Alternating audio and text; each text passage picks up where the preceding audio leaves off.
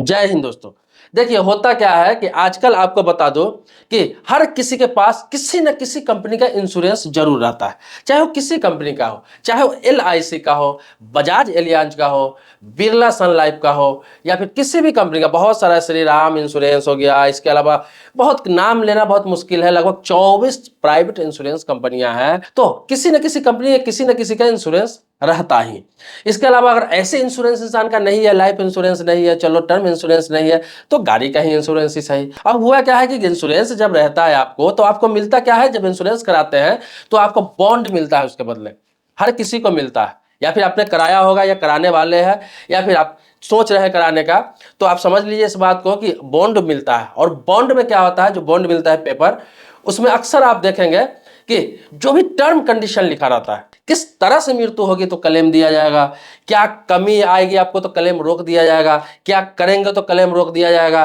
क्या नहीं करेंगे तो क्लेम मिलेगा। मतलब टर्म कंडीशन पूरा भरा पूरा रहता है। अब क्या होता है, वो भरा जो रहता है, लिखा रहता है, तो अंग्रेजी में भी होता है, किसी में अंग्रेजी हिंदी दोनों भाषाओं में होता है। लेकिन उसका जो शब्द होता है, शब्द जो लिखने का तरीका होता है, वो ऐसा रहता है कि कोई आम इंसान उस चीज को समझ ही नहीं सकता है। उस आम इंसान अगर पढ़ भी ले तो उसका मतलब ही उसे समझ में नहीं आता है कि टर्म कंडीशन क्या लिखा हुआ है। और लिखा भी रहता है इतना छोटा छोटा अक्षर में कि वो ऐसे भी नहीं पढ़ना चाहता है कोई भी, सिर्फ बॉन्ड मिलता है लेकर रख लेते हैं। तो उस भाषा को समझने के लिए अब होता क्या है कि कल होके जिसका इंश्योरेंस है, चाहे वो जनरल इंश्योरेंस हो, लाइफ इंश्योरेंस हो, टर्म इंश्योरेंस हो, हेल्थ इंश्योरेंस हो, किसी प्रकार का इंश्योरेंस रहता है, जब उसके साथ कोई हादसा हो जाता है, जब उसे क्लेम लेने के बारी आती है, उस समय कंपनी ये कह के पल्ला झाड़ने लगती है कि ये तो मेरे टर्म कंडीशन में था ही नहीं, वो तो सारा चीज लिखा हुआ है, आप इसकी ऐसे मृत्यु हुई है इसीलिए नहीं मिलेगा इसे इंश्योरेंस क्लेम, इसने ये किया है इसलिए इंश्योरेंस क्लेम नहीं मिलेगा, इसमें तो भाई लिखा हुआ है कि रोड में एक्सीडेंट होने से क्लेम मिलेगा, इसमें कहीं नहीं लिखा हुआ है कि डूब के मरने पर इंश्योरेंस मिलेगा,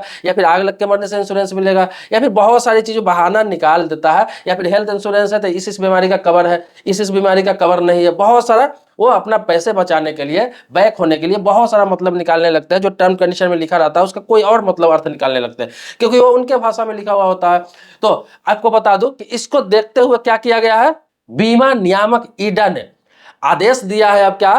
कि जो भी कंपनी है, इंश्योरेंस की कंपनी है, वो किसी प्रकार का इंश्योरेंस करता हो, हेल्थ इंश्योरेंस हो, लाइफ इंश्योरेंस हो, टर्म इंश्योरेंस हो, या फिर जनरल इंश्योरेंस मतलब गाड़ी का इंश्योरेंस, अब उसको क्या करना पड़ेगा कि अपना जो भाषा है उसमें सुधार करना पड़ेगा। मतलब बिल्कुल साफ शब्दों में, और साफ शब्दों में एकदम बिल्कुल आसान इजी शब्दों में लिखना पड़ेगा इस चीज को, कि आपका टर्म कंडीशन क्या है,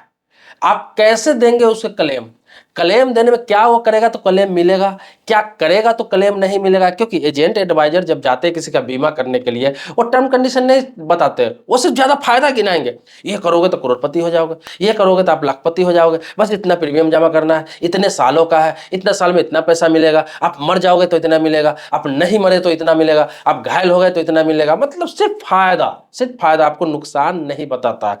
नुकसान कब पता चलता है, जब उस इंसान के साथ वाकई में कोई हादसा हो जाता है, वाकई में मृत्यु हो जाती है, तब उसको नॉमिनी को पता चलता है कि पैसे लेने में कैसे उसके पसीने निकल जाते हैं, और कैसे उसको 3-4 साल कोर्ट में घिसना पड़ता है, यह साबित करने के लिए कि यह टर्म कंडीशन में नहीं था, मुझे नहीं बताया गया, और तब जाकर पैसा मिलता भी है, किसी किसी को नहीं भी मिलता। तो मैं आपको बता दूं, ये जो बीमा नियामक ईडा है, 8 सदस्यीय लोगों का एक समिति बनाया है ईडा ने, और कहा क्या है कि 10 सप्ताह के अंदर ये रिपोर्ट तैयार करें और पता करें इसके बारे में कि ये जो टर्म कंडीशन लिखा रहता है इसको आसान कैसे किया जाए,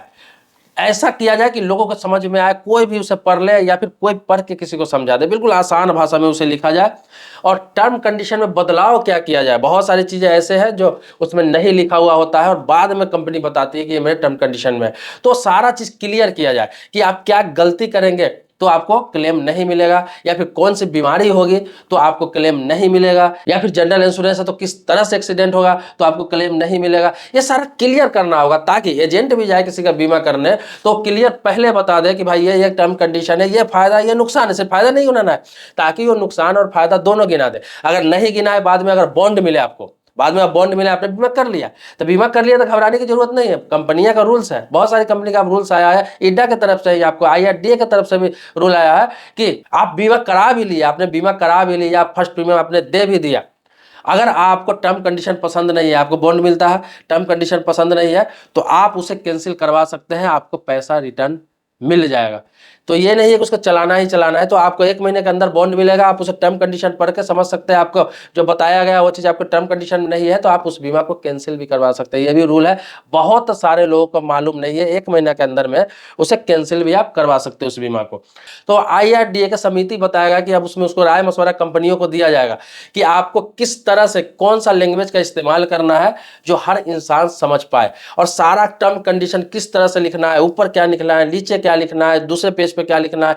कौन सा शब्द है जो बोल्ड में लिखना है, कौन सा शब्द है जिसको छोटा आप लिख सकते हैं। तो ये सारा टर्म कंडीशन 10 सप्ताह के बाद जितनी जल्दी हो सके इसे लागू कर दिया जाएगा। तो आम जनता को अब राहत मिलेगी, आम जनता से अब कुछ छुपा हुआ नहीं मिलेगा रहेगा, और उसके साथ किसी प्रकार का फ्रॉड धोखा नहीं होगा इंश्योरेंस में। तो ये एक अच्छी खबर है आपके लिए। ऐसे आपके पास बॉन्ड है तो आप देख सकते हैं कि कैसे उसमें टर्म कंडीशन लिखा रहता है, ताकि आपको समझ में आए कि आगे क्या होने वाला है। और आपको ये भी सलाह देना चाहूंगा कि आप बीमा कराते हैं अभी, या फिर एजेंट आपके पास आता है, या फिर खुद जाके आप कराते हैं कहीं भी,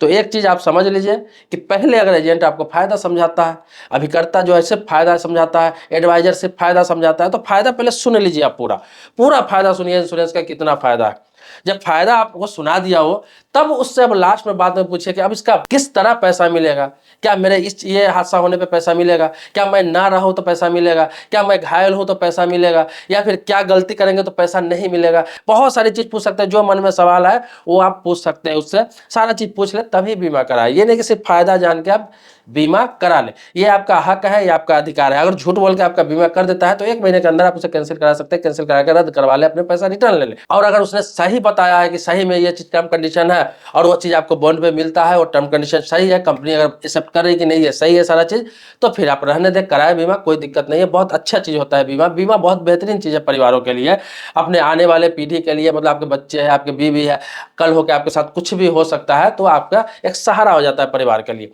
तो अच्छी चीज है। लेकिन ये जो बीच में गड़बड़ हो रहा है ना, उसी को लेकर IRDA ने ये सख्त कदम उठाया है। और IRDA ने कहा है कि ऐसे शब्दों का चयन किया जाएगा जो लीगल रूप से सही हो, कानूनी रूप से सही हो, और उसको अब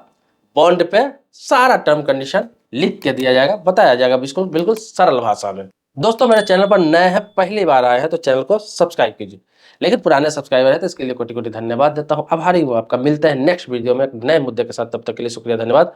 जय हिंद दोस्तों।